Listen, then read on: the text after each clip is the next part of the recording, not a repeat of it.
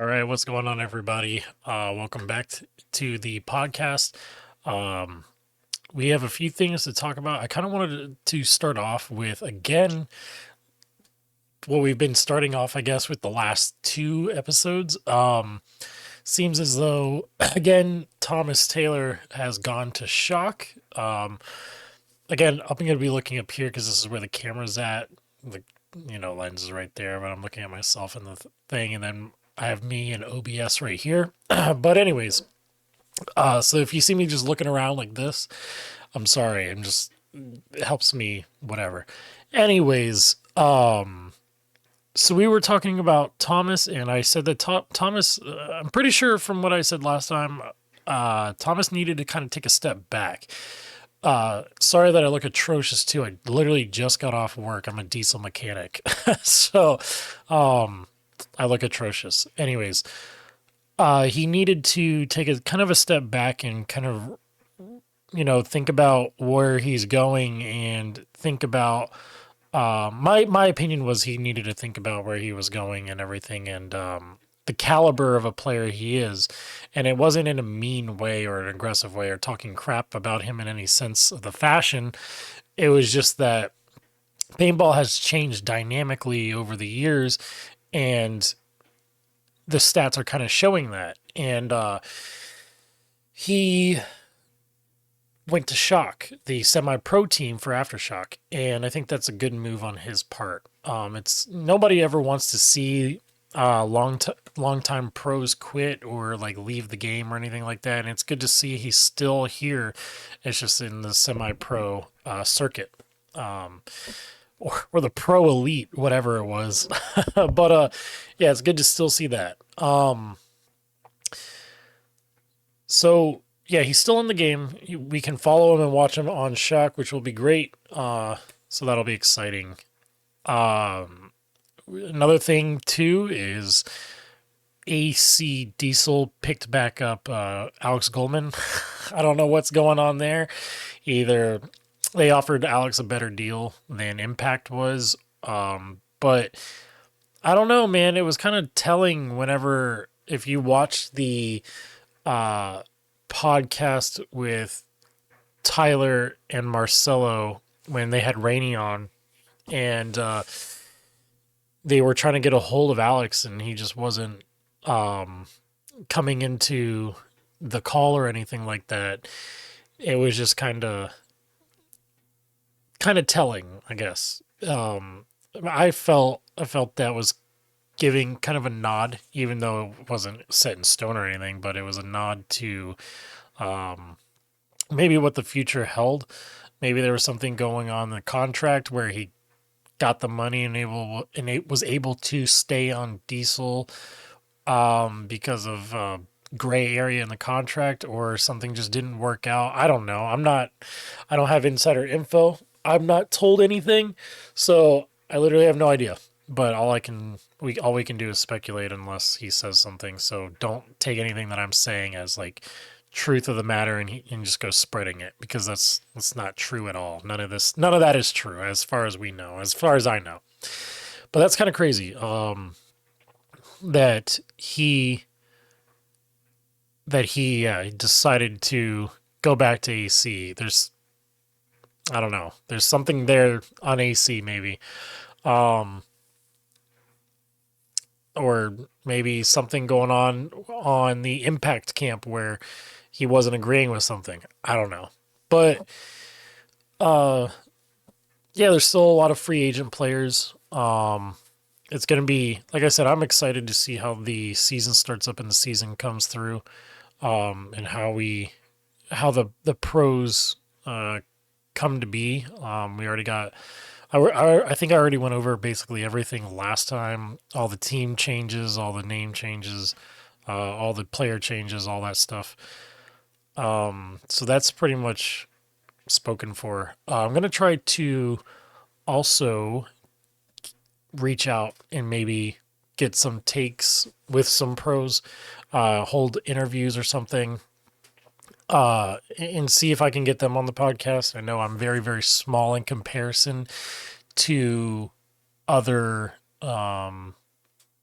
to other podcasts, other content creators, but it is what it is. Maybe they'll take to it. Maybe they'll spend an hour talking to me. Maybe they'll spend 30 minutes talking to me. We'll do it over like a Discord call or something like that. Whatever tickles their fancy.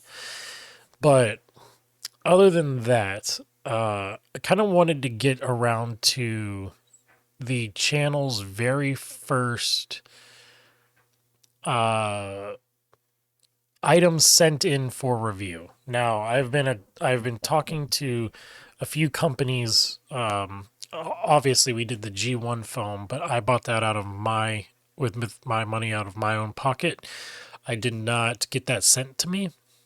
However, I did get sent this from, whoa, let's bring it back. From Lone Paintball. God, I just hit myself in the eye. From Lone Paintball, you can see right here. Oh my God, I almost went into ASMR. But they sent me this barrel kit, and I'm going to go ahead, and if I can remember to edit this perfectly, I'm going to insert the unboxing right now, and then I will come back with my thoughts. So I know that that I bought the G1 foam, and that was all out of my own pocket. I did reach out to Lone, and they had sent me their Overcore barrel kit.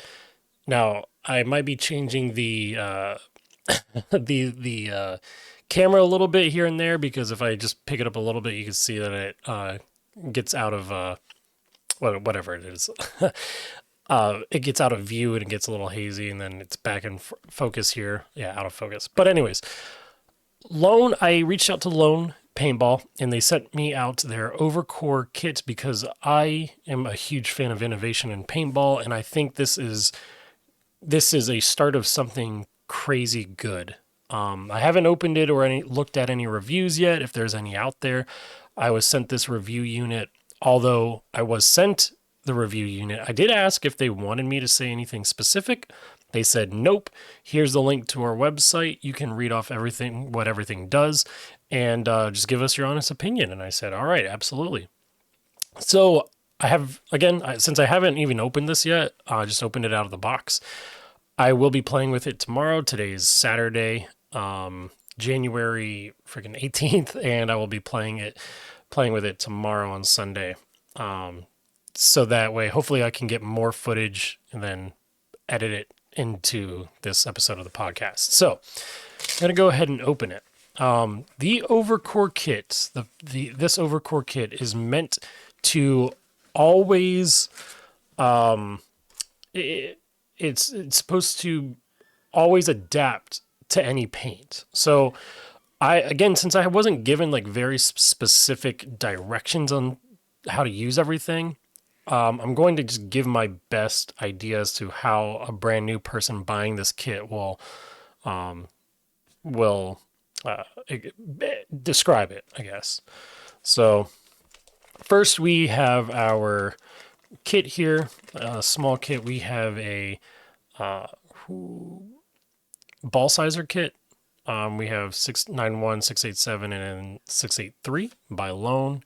You could throw that on a keychain with that hole there, which is pretty cool. I don't use ball sizers. I just use freak inserts.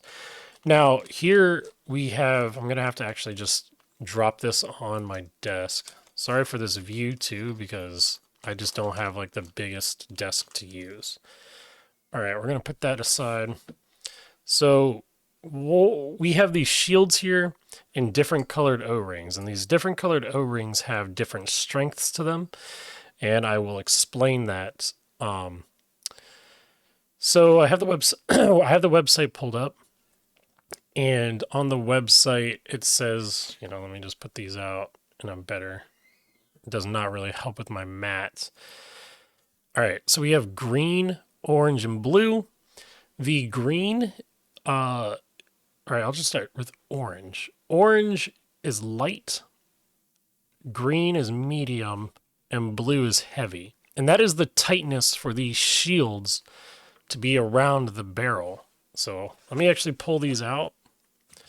That way I can remove the whole entire pack. And that this pack, you get this with the Overcore kit.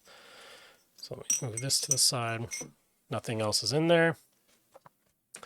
So we have barrel insert 1, barrel insert 2, the tip, and the back. Pretty sure. Okay, you can just pull this out. This is the other insert. It was already in there. So the light green is a 691. But imagine we screw it. Yeah, because these ones have screws. This is a 687. If I can get that in frame, 687, and then our 683. And you can just unscrew this. Now, it says here that it's compatible with Freak XL inserts. Now, you're probably like wondering, oh, well, you just had to screw it and unscrew it. How is it going to be compatible? My best guess is because the threads are so shallow. Let me see if I can just change this around.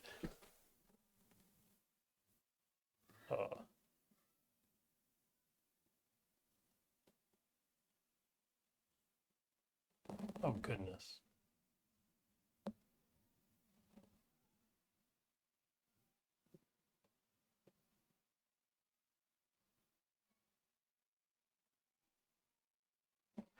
So the threads are so shallow that you could probably just bypass the threads itself with the Freak insert. Hold on. You could probably just bypass it with the Freak insert. So this is the side without the threads on it. Let me get it back into frame. And then you could just kind of like push it on in, right? Let me actually just refocus it out to this. There we go. So you could probably just push it in with the threads, without the threads. I'm not too sure. I don't have my XL inserts readily available. So I'm going to put this back in. Okay. So this is 691. Now, you would put this back in. And then you would take the barrel tip and put the barrel tip on. This barrel is very reminiscent of like, there's a little gap. Hopefully. The barrel is very reminiscent. The back end is reminding me of like the Empire sniper kit back when like Infamous used to shoot like axes and vanquishes, like the 1.0s and stuff, and this was like the sniper barrel back. But the barrel front reminds me of like the ETHA or like the E-Tech barrel tips. Yeah. So let's see here. Now the shields again. These shields go on, obviously, into these inserts that you can see here. So they'll just slide right on in. So I think I'm just gonna put like the bands, the O-rings on first, and then we will just try to just slide. Hold on. It's gonna take a little bit. There we go. And then we'll slide the shields underneath.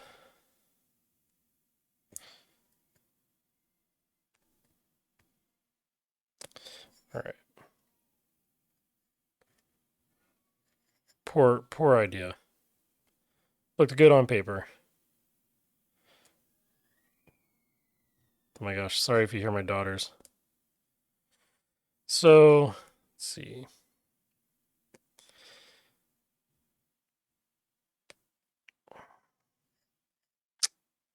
Oh my god, we're not editing this out. Partly because I'm gonna forget. All right. Slide this down now. Goodness gracious.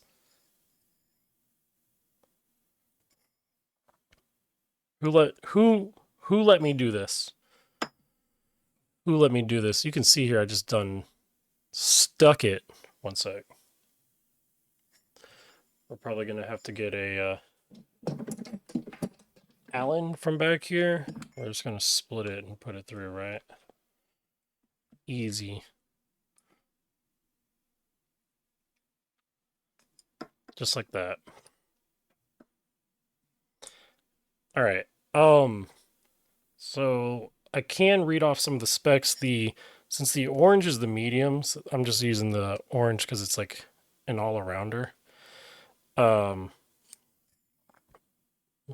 The orange is it's the light one. It's a size 17 78 durometer. So like it's not like anything super special. You can just pick these up and stuff. Now we're just gonna put the shields underneath. Hopefully this part is any better. Start from the top. Yeah, okay, that was easy. So we just slide these on in. Get that all situated.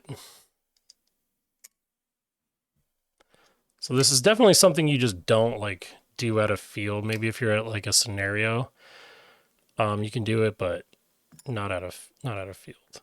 Okay. Not like before your match. All right. So now to my best, my best thought about all of this. Let's move these O-rings over.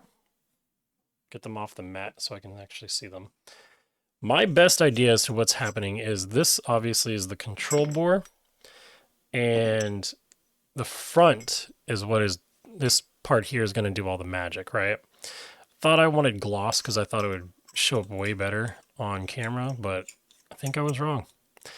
So what happens is when the ball travels through, because it's being shot this way, the ball's traveling through, and when it's bouncing off the walls, because it's not always just perfectly centered through the barrel, you'd have ball-on-ball accuracy every single time. But what's happening is that since it's bouncing, when it gets to this part of the barrel, it can allow the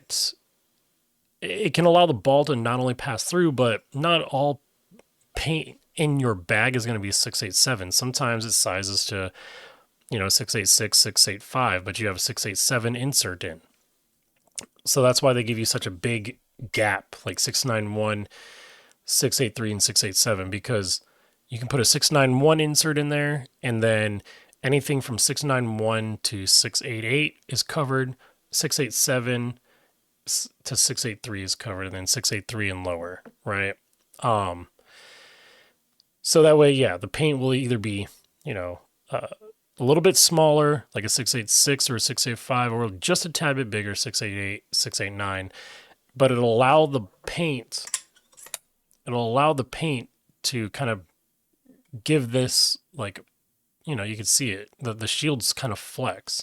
So it allows it to kind of take the shock, I guess, or the impact of that, and allow it to kind of like resettle. And it'll be, good to go. That's my best idea as to how the barrel system works. Now, again, I was not sent an in-depth description of how the barrel works. I am literally going off my best guess. And then the O-rings are different strengths to either allow the shields to flex more or not flex as much, which that kind of brings into question about the blues. Now, if I didn't want it to flex as much, I might as well just be using a regular barrel. Maybe on a micro scale, and the science behind it, the strength that the blue takes will still allow the shield to flex, but just not anywhere near as much as the orange and to the green, etc. So, again, I'm very excited to try this tomorrow. Now, some questions would be like, can you run an orange O-ring back and a blue O-ring on the front? And you probably, I mean, obviously you can, but what would it do? Now, reading off the website for the Overcore kit, it is saying the shot consistency is made easy. It's introducing the self-adjusting Overcore insert that automatically adapts to any 68 caliber paint size ranging from 675 to 695, helping you with the consistency needed to make more game-winning shots, because improved consistency means improved accuracy, which is true. Um, More consistent than traditional inserts, dynamically adjusts to paint size variations, softer on brittle paint than traditional inserts, maximize efficiency with the included control bores. Three-piece barrel made from 6061 T6 aluminum, 14-inch overall, 8-inch overcore insert length with one removable insert. So I think that 8-inch is obviously the entirety of this. This is the 8-inch, not the insert itself, not these, but the entirety of this piece. Overcore insert attachments kit that we went over, the 6 self-adjusting polymer attachments, which is the shields. 3 sets of bands. That's why I accidentally said bands earlier. Self-aligning design ensures Overcore insert is secure and centered. Precision-owned barrel tip with linear porting. Autococker quick threads, which it does have. Sorry about that. Precision-owned barrel tip with linear porting. Autococker quick neoprene barrel sleeve to protect and organize your Overcore inserts, and it's compatible with Freak XL inserts. So the make on this, like the finish on this barrel kit, is very nice. Like it feels like I am holding a Freak barrel. Like it's the same, of course. The what's it called? 6061 T6 aluminum. It feels obviously exactly the same. I know obviously with the bulge and everything, you can kind of see, like, let me see if I can get this all lined up. Maybe you can see it in the video, but the back here, from here to about right there, is bulging, and then the rest of it from like right there to here on the tip is thinner. Obviously it's to compensate for this attachment. Hopefully they could come up with like really cool designs. I know obviously structurally you're gonna worry. You can see it way better here. Yeah, this giant bulge right here, and then the rest of the barrel. I like to, like, I'm huge into barrels, like collecting just tubes of metal. But I think they could do some really cool designs. Like the back almost reminds me, like I said, of it does remind me of the Empire barrels, but like the Furious Lotus and stuff like that. The old dark barrels, the Lucky Unitech and stuff. So I'm excited to try this out. I got it in over the week. I've been waiting to make this video. I'm extremely excited over it. I think I'm going to stick the 687. Didn't I already? Yeah, put the 687 in. But yeah, 691 and 683. Those will go into the bag over here. And I don't know if I'm going to try out these different O-rings, like the different bands on the shields and stuff, only because I might have a hard time, like, in between points, because we're doing an actual practice tomorrow. Like, it's not like a just go on the field and play. It's an actual practice. So I don't know if I'll have the time to, like, play around with that. But if I do, I will try, of course, and get video of it. Other than that, this definitely seems like maybe not a tinkerer's barrel, like maybe not like you just I know a lot of Bob Long guys love to tinker their guns, but it seems more like not only could you use it for that, but it's more so for the guys that um, when they go to a tournament and everything, you have your paint beforehand and you can kind of like feel it out, size it up. Um, if you're in the pits and your point doesn't start till 8 a.m. or 9 a.m. and you're there at 6:30, you can again size it up and stuff like that and get ready for the day. That's what it kind of seems like. And as the day, if you live in the southern states, as the day goes on and it gets hotter, your paint's gonna swell a little bit, and you can still be okay. Um, Instead of like having to take your barrel out, put a new insert in, and then continue playing. Which I mean, I don't really ever do anyways. But um, yeah, so this is the lone barrel. You can pick these Overcore barrel kits up at lonepaintball.com. LONE. It's right here, right? Bam. And then you got it right up here. Pick it up right here if you're interested in it. Again, like I said, hopefully I can remember to edit the gameplay footage because they allowed me to play with this review unit. So I'm gonna try to do that. If you want to do the pbsizer.com, there is a QR code that you can scan. Like I said in the beginning of this, you might think that you're short on a Overcore insert or two. You're not. You can easily see the one. You can see the one insert, but then the other ones are kind of hidden. One's already in the barrel. The other one's behind this like parts baggie. So let's go ahead and put this back. Put this in here. Put the ball sizer inside. Go ahead and drop it to the side. And the insert was in there first, and then I'm going to put this in. There we go. And then we're going to put this in. And I'll go ahead and split this, get this ready for tomorrow.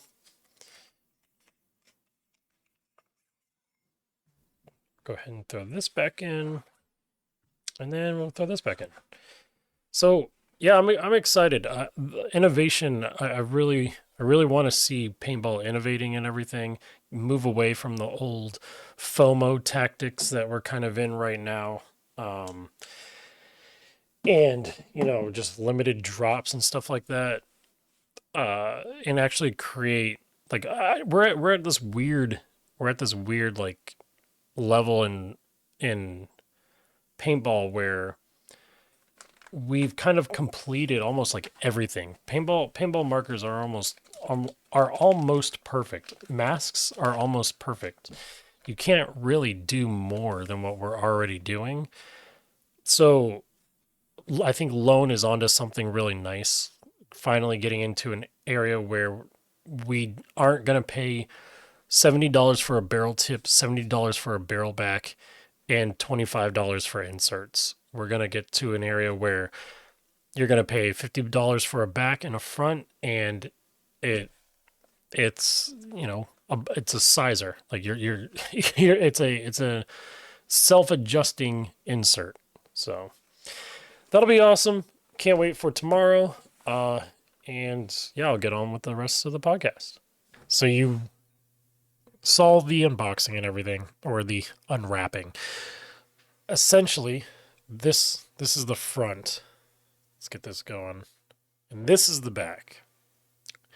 I have figured it out. So there are some discrepancies that I said in that review because I didn't quite know how it worked. They didn't send me directions or anything to talk about. I had to pretty much figure it out on my own as if I was the consumer, which was great. I played with this yesterday. Today is Monday. It is 1:35 in the morning on January 21st. Figured out a lot with this barrel. Essentially, what I did say and I don't have my inserts on me right now. They're packed away. But I thought for some dumb reason, I don't know if it was because I was just hyped up over the barrel or something, and I don't know why I didn't think about it, but I said that you would take a freak insert and you would pull this insert out, right? And you would stick the insert into here, the 8-inch insert that this already creates 8 inches. You would take the 8-inch insert and put it into here, and then you would put it back into the barrel. I don't know why I thought that. I was just not, I don't think I was thinking at all.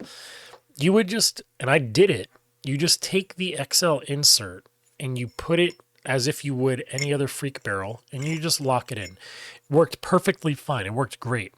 Now, it is only the freak XL insert. It is not the 8-inch or the 6-inch inserts. It is the 8-inch freak XL. Now, how I've figured this works is, of course, you have your shields in there.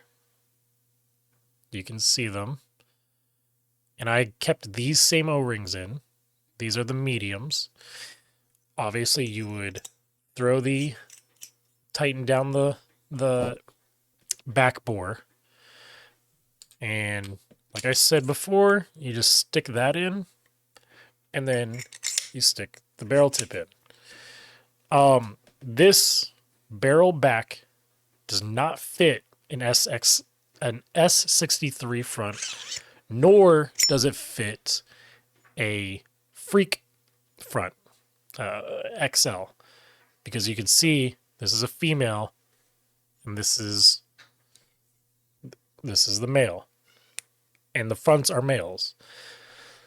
So with that being said, you can't interchange those. You can just interchange the Freak XL into this.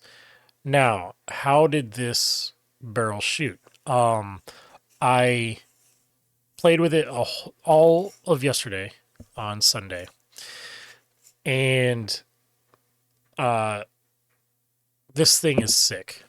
I have not been paid to say anything. I can even show the DMs. If anyone even thinks for a second, oh, he's getting paid to say anything, I can show you the DMs. They themselves at Lone Paintball, I asked them, do you want me to say anything? They said, no, give us your peer review. This thing is sick. It is $130. Other barrel kits right now are going for over $200. Freak kits, S63, die boom, whatever, insert ones are going for like $300, depending on like the type you get. This thing is going for $130 for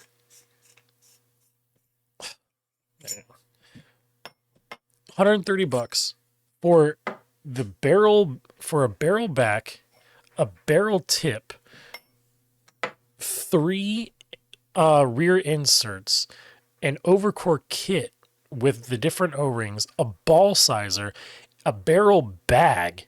You're getting a barrel bag, not just a plastic tube with your front and your back, and then your inserts inside of tubes. You're getting a barrel bag, all for $130.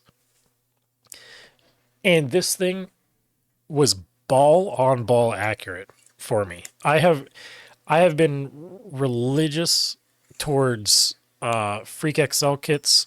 When I picked up my CS3, did I stray away from my XL kit because I wanted to try out the S63?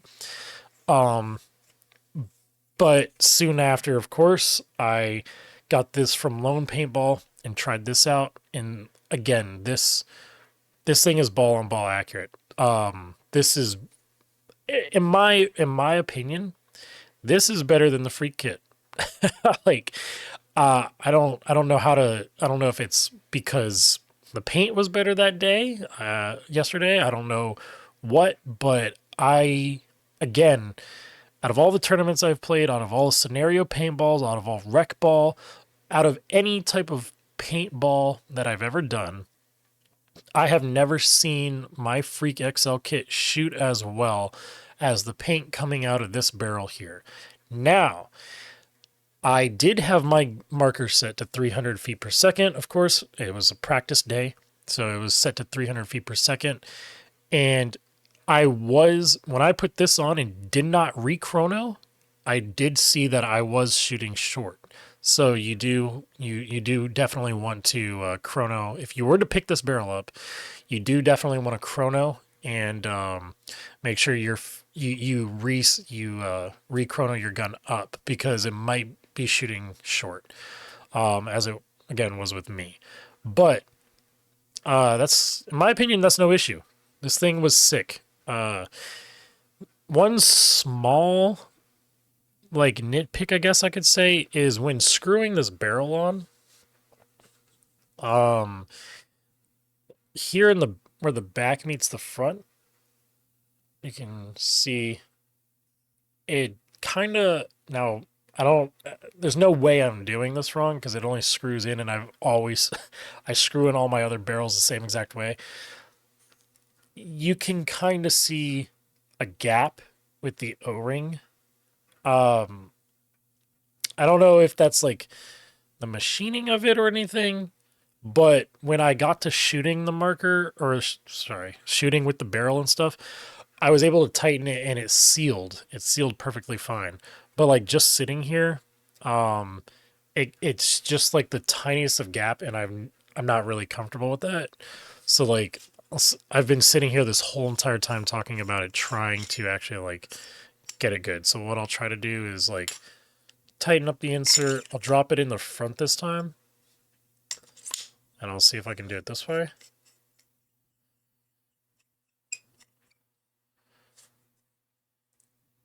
No, we still have that gap. So that's a little scary.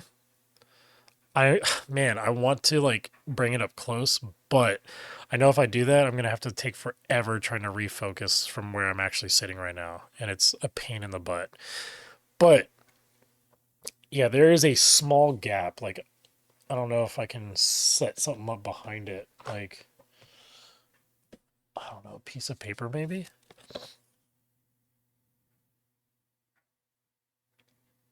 I don't know. But maybe you can see it if you look hard enough. Maybe I'll take a picture. If I can remember, I could take a picture and edit it in. But hopefully I remember. So yeah, they told me that I could do whatever I wanted with it. Now I did load a bad ball into my loader, and when I shot the bad ball, I know it was me loading it because I literally watched the ball go in. I was playing D side, friggin' sat there shooting, brought the gun down, loaded, looked down, and saw the ball was broken in it, um, and it was fed into the hopper. Didn't really care to like pull it out or anything. I mean, I'm shooting and the ball, I guess, got through, and I just exploded paint out the front of this. Um, so just like any other barrel, though, it there was no self cleaning or nothing. My balls just whipped everywhere. However, used the squeegee and everything was great. Freaking uh, came out. I mean, this is just one wipe of the squeegee. Like, let me see.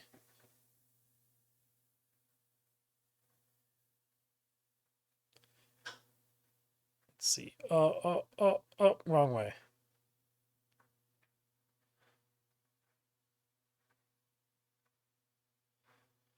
It's hard because everything's like backwards in OBS, right? But that it was one wipe, everything was good. Played the next point, shot ball on ball again. Um, Now I wish they would make different colors. I know right now they're just in the design phase, or they're just trying to get it going as it is. But I wish they didn't make colors. I think this thing would be a banger in like silver or like a chrome, like a raw anodizing finish. Um, I'm always a huge fan of all red. So like you probably, if you see my other podcasts, you can see that my Freak XL kit is all red. But I think this would be sick in an all red color as well.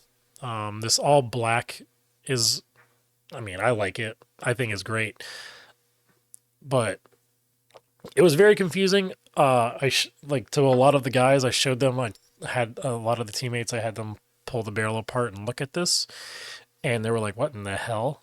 They've never seen it before, and um, even my cousin was like, "Dude, you always have some of the weirdest stuff." But I think it's great. I think this will be a future product that paintball will start to get into. Like our barrels will start to size themselves to the paint. Like maybe it won't be this quite like this design, but it'll definitely be, what else can we do with paintball markers, what barrels, stuff like that. Um Nothing really. So this is our best bet, right? Is like seeing if we can auto size um paintballs. But yeah, I think this is crazy good. I have never had a barrel shoot as well as this. Maybe it's a faux effect. What is it called? A placebo? Maybe it's a placebo effect that um it's doing this good. But I went in playing all day uh expecting results of like a ball gets clipped inside these shields, or I don't know. I don't really know what I was expecting, but I was not expecting for it to perform as well as it did, only because only because I was unsure of as to how well it really would work. I Again, I wanted to keep an open mind, so I just went in with a blank slate. I know I just said like I kind of didn't have high expectations or whatever, but what I'm trying to say is I went in with an open mind and not expecting as well as it was actually doing. That's what I'm trying to say. So, uh, coming from an indie company, ball on ball accuracy is pretty crazy. This is a review unit, so I have to send it back. But this is going to be on a wish list. this is gonna, this is definitely going to be on a wish list. Like this is crazy. This thing is crazy awesome. Like I said, for $130, it's how do you beat this? Like you get an entire you get an entire bag. You get all of the accessories that you're gonna need with it. You even get a ball sizer. Again, I don't use ball sizers, but then you get the O-rings. And then on the website, if you need those O-rings in the future, you lose one or something, they have them on the website. You get two inserts right off rip, or you get three inserts, sorry. You get three inserts right off rip, all in $130. In this day and age in paintball, that's extremely hard to pass up. Also, I did say during that review that this barrel is for tinkerers, and I think I might have to go back on that a little bit because although it is for tinkerers, like I said, like guys who would shoot G6Rs and stuff like that, um, it's not really. It's more so just being prepared, uh, f- basically for the day ahead. Like instead of, I guess, like prep time. Prep time is harder with this barrel kit, right? So in our normal barrel systems with inserts, you would just undo the barrel back, pop in a new insert, and then put the barrel together. When if you saw in the video that I posted on Instagram, my teammate is shooting this, and I got video of it, and he said that it would be great if Lone actually offered these these pieces alone, these little shield pieces, because that way you could have them preset and set aside. So, obviously I can have one on this insert on the 687, I can have one on the 691 insert, and then I can have one set on the 682 or 683, whichever is the green. Um, so or the red. Anyways, he said it would be cool if you could have them multiple like sell these because then you could have them just set up on a table or in your barrel bag and hey, instead of taking the time to undo this and then putting the blue O-rings on or the green O-rings on and taking all that time, I can just grab up the next piece, pop it in the barrel, and go. Just like an insert, like you would an insert, instead of taking all this off, putting the new insert on, screwing it in real quick, and then throwing it back on. I did not have earlier. I was trying to get that little seam. I think I'm an idiot. Hold on. I'm an idiot. All right, seems good. There's no nitpick. I didn't have the what's it called in screwed in all the way. I didn't have the insert screwed in. Sorry, Lone. That was user error. I'm an idiot. Um, but yeah, if the guys at Lone do see this episode, that is one thing that they recommended. Just having this being sold, this section here. That way, again, I keep saying it. They could have it set aside and just pick it up and pop it in and go. Uh, so yeah, out of a rating of like a 10, I'm giving this setup like a solid 10 out of 10. Like this is definitely I look at barrels a lot. I try to collect them and stuff. They get very pricey, so it's hard.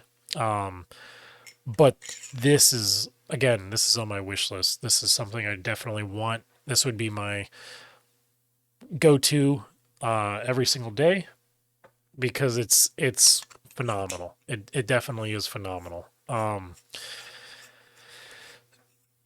I don't know. There's not much else to say about it. I guess they did not pay me to say anything. They are not giving me any compensation. I have to send this back. This is a review unit. So it's going to be cleaned up. I'm going to take this microfiber here and get it cleaned up and everything the best I can do and send it back to them. And yeah, hopefully you guys enjoy that. And if there is any others, like I said, that are wanting to send anything out for the podcast to review, to take a look at, I will do kind of pretty much anything and everything. Now it's just got to be like functional. If you want to send me like a barrel condom, that's kind of hard to review. It's just barrel condoms are barrel condoms, you know what I'm saying? But I am working to talk to Tactics to get their headband clamp, and then there's another set of guys that I kind of want to talk to that I just found out about today that have something that I'd like to talk to them about and see if I could also get that sent in. But yeah, I'm gonna talk to Lone, get this sent back to them. Other than that, that pretty much concludes the episode. I kind of wanted to go over that, go over the Thomas Taylor, go over the Alex Goldman situation. We don't have a whole lot else going on right now in paintball other than just seeing where the leagues are going to take us. NXL did their whole flop thing about trying to change the names of divisions. I mean, let me speak on that real quick, right? NXL and like Tom Cole trying to speak on or trying to change the name of divisions is pretty crazy because like they're kind of just looking at us like pay pigs or just dogs or something. Like you're kind of like talking down on players' abilities and stuff like that when you kind of name them like rookies or amateurs or whatever they were. It really takes away the actuality of how well those players are. Like, you're not going to go to your local field and say, "Yeah, I'm an amateur A." Like, what does that mean? Like, what is even that? And pro elites versus pro whatever it was. Like semi-pro teams are semi-professional. You know, they're semi-professional. Not they're not pros. They're just elite, better pros. Like you're trying to make these stupid tiers like a video game, like bronze, silver, gold, platinum, diamond, legendary, heroic. Like, let's get out of here with all that stuff. Just if it ain't broke, don't fix it. Let's just leave it as it is and call it a day. So, I don't know. That's my quick take on it. But hope you guys enjoyed. Like I said, I'm going to try to get in touch with those other companies. And if there's any companies or pros that are watching this and you want to reach out and like we could talk together, that'd be awesome. Just let me know. I'm basically you just hit me up on Instagram nowadays. I don't really have my email up and running and checking it all the time anymore. So, yeah, just hit me up on the Instagram. Anyways, thank you very much, and I'll see you in the next one.